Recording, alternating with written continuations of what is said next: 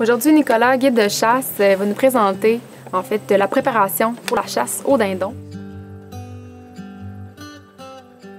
La partie importante de la chasse au dindon, c'est vraiment l'appel. On veut convaincre l'oiseau de se rendre à nous à une distance de tir favorable. Puis on sait que l'oiseau est très vigilant, ça fait que l'appel est primordial. Il faut savoir quand appeler, comment appeler, puis surtout savoir qu'est-ce qu'on dit au dindon. Parce que les cas les plus populaires, on a le lièvre, si vous voulez, le glouglou, tout le monde connaît. Mais il y a des cas, le dindon a au-dessus d'une trentaine de vocalises.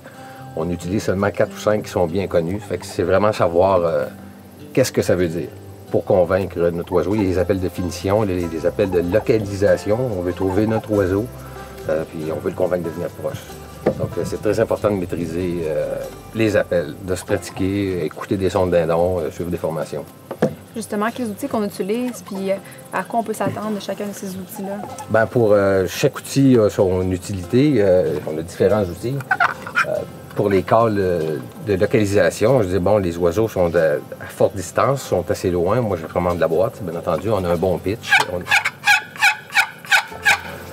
C'est un son qui est fort. On est bon pour aller chercher nos oiseaux assez loin. Dès là, on va répondre à 800 pieds, à 1000 pieds. Vous allez avoir une réponse. S'il vous entend, puis qui répond, il va vous entendre de loin, il va vous répondre. Fait que, on part vraiment avec les appels les plus doux. Ça, c'est plus des appels de localisation. Des calls faciles à utiliser, qu'on trouve un peu partout.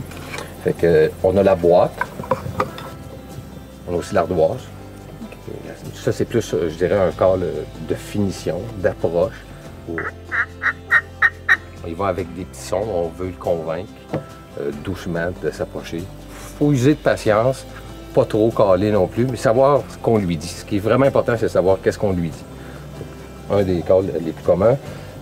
Mon outil de préférence, c'est le diaphragme, bien entendu, parce que, un, il me laisse les mains libres. Deux, je peux donner la tonalité que je veux. Je peux partir de la localisation à la finition. J'ai les deux mains sur mon fusil. Puis, il n'y a pas un diaphragme qui sonne pareil. Parce que le dindon, on a une chose très importante à savoir, c'est une excellente mémoire auditive. Il n'y a pas de mémoire visuelle, le dindon. Mais par contre, si vous le convainquez, si vous réussissez à le convaincre une journée avec un appel, il vient, exemple, sont 3 oiseaux, viennent à vous, vous réussissez à en récolter un, les 2 autres repartent. Le lendemain, si vous vous assisez là avec le même call, il se souvient de la tonalité. Fait que c'est important de varier nos calls, de varier nos appels, puis de varier nos instruments aussi. Le diaphragme, juste pour une démonstration, comme je disais, on peut partir de loin, à proche.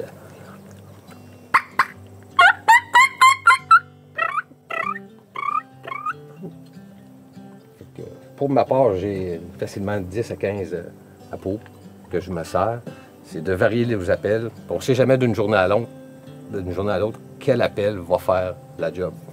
Donc, variez vos appels, essayez différentes techniques. Merci Nicolas. Je pense qu'avec ça, il manque juste un petit cours, une formation avec toi en enclos, puis le tour est joué. C'est sûr qu'une formation va vous procurer beaucoup d'expérience. Premièrement, vous allez voir l'oiseau. Vous allez comprendre le comportement, bon, s'il est stressé, si au contraire, il est réceptif ou il est agressif. Premièrement, lire le comportement de l'oiseau, très important, donc être en contact avec des oiseaux, finalement. Deuxièmement, bien, pratiquer les appels. Pratiquer les appels avec un oiseau qui répond. On sait qu'on a la bonne appel, on sait qu'on a des bonnes tonalités. Je vous dirais que le son peut différer de beaucoup. Ce qui est important, c'est le rythme. On veut obtenir le rythme. Donc, les écouter, les appeler, avoir les réponses, ça te donne la confiance. Tu sais que tu as la bonne tonalité, que tu as le bon rythme sur place. Aussi, aller la récolte, le tir de l'oiseau. C'est quand même un oiseau qui est dur à atteindre, qui est dur à abattre. Il y a des erreurs qui se font, on le tire trop loin, on le tire trop proche. Donc, l'expérience de tir. Puis aussi, bien, une fois qu'on a tiré notre oiseau, c'est très important de l'éviscérer. Le monde me demande souvent qu'est-ce qu'on fait avec l'oiseau. J'emportais ça chez nous. On le vide. La première chose à faire, c'est de vider l'oiseau. Tu ne veux pas qu'il chauffe la même affaire que n'importe quel autre gibier. Donc, on va à l'éviscération puis au dépeçage de l'oiseau. C'est vraiment, on sort dedans avec un bon bagage. Je te remercie, Nicolas, pour le conseil. Je te remercie.